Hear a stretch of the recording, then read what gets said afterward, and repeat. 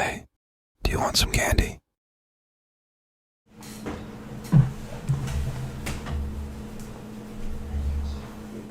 Something strange happened to my brother, Harry.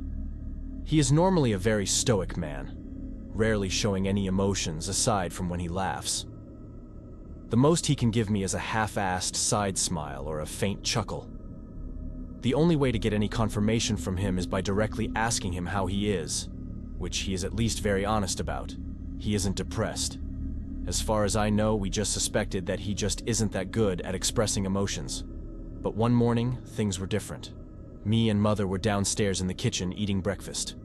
Normally, Harry is the first to wake up, but not today.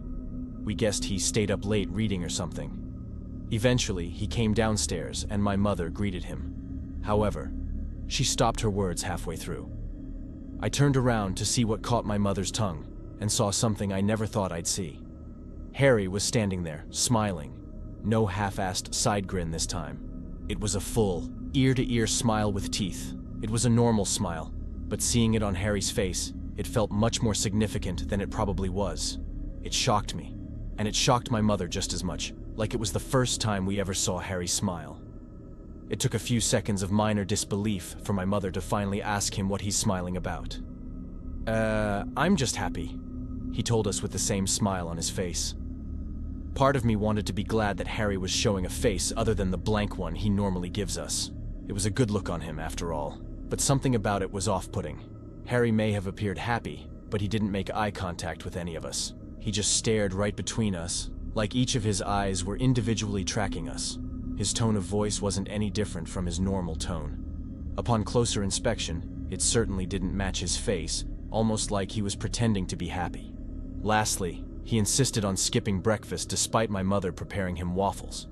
He told her he wasn't hungry before grabbing his bag, his keys, and walking right out the door while wishing us well. He probably met a really cute girl yesterday, my mother suggested. I stayed home from school that day because I wasn't feeling well. During the day, a few of Harry's friends texted me in regards to his sudden mood change. I already knew what they were talking about, and I told each of them that he had just woke up in a good mood today. They all seemed pleased with seeing him happy, while one of his closest friends joked about him, saying how his face looked like a puppet. I was resting on the couch watching cartoons when Harry arrived home from school. To my surprise, that same smile he woke up with was still there. I even saw the glint of his pearly teeth from where I was lying down. Mother greeted Harry as he walked in, and, like this morning, was shocked to see he was still smiling. She finally decided to break the ice and ask him about what's got him in such a good mood. "I'm just happy, that's all," he said with a steady tone. Mother pushed a little further and began asking questions. "Did you meet a cute girl? Bump into an old friend? Passed an exam with flying colors? Anything at all?" "Nope, I'm just really happy." She excused him finally, and he made his way upstairs to get ready for work. Me and Mom exchanged looks when he was no longer in sight. There was a cause for concern, but neither of us could put a finger on it. I spent the rest of my sick day upstairs in my room. I was able to hear my brother come back from work, followed by what I could only interpret as an argument between him and Mom. It wasn't loud, but there was some obvious emotionally charged back and forth between them. Later, I heard Harry walk upstairs and enter his own room, followed by Mom yelling. When I came downstairs to see Mother and ask what happened, she spoke as her head rested in her hand. She said to me that Harry was sent home early from work. His manager told him that he was making customers uncomfortable with his creepy behavior and smiling. Days went by, and the same pattern repeated itself. He was still smiling every time I saw him, and when I wasn't looking, I could assume he smiled still. I would say that I was getting used to the smile, but, in all honesty, there was something that was making it hard to accept it. I couldn't even get an answer out of him, since all he would say was that he was just happy. It changed one day. I got back from school after I started feeling better and saw that Harry wasn't home before me. Instead, I saw Mom and Dad sitting in the kitchen. From body language alone, it seemed like they were urgently waiting for me to come back. Before I could ask where Harry was, Dad held my hand and talked to me. "Son, go to your room," he said to me. It took me by surprise. I asked if I did something wrong, but my dad didn't answer. I could tell from his tone of voice alone that it seemed urgent, so I obliged and walked upstairs to my room. It was dead silent there, so silent that I could faintly make out what my mom and dad were saying from the floor below me. "He attacked me," he said to my mother. I couldn't get anything else but simple words, but longer words and sentences weren't intelligible. I tried to listen closer to them, but I ended up picking up another person's voice instead. Hey! I heard it from outside my room. Hey! It sounded familiar. Come over here! I picked up the tone and voice of Harry from where his room was. It was muffled as it passed through several walls as it came from his room to mine.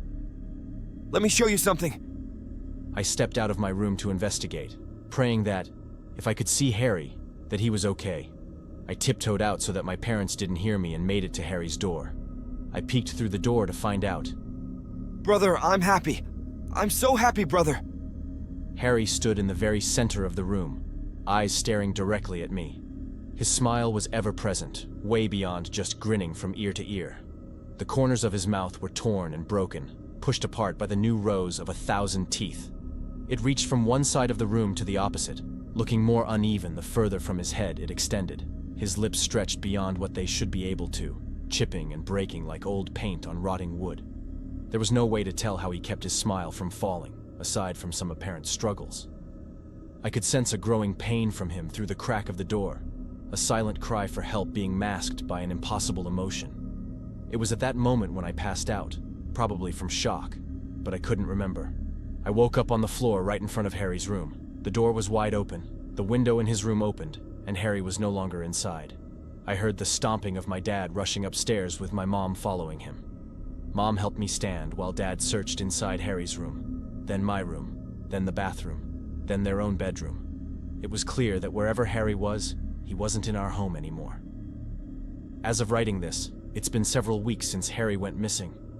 We tried to go to the police, but the trail ended up cold. Mom and Dad are still clearly shaken up from what happened and have been extra attentive to me and my health as a result. I can't lie when I say I was pretty shaken too, but I'm not so scared of what happened to Harry.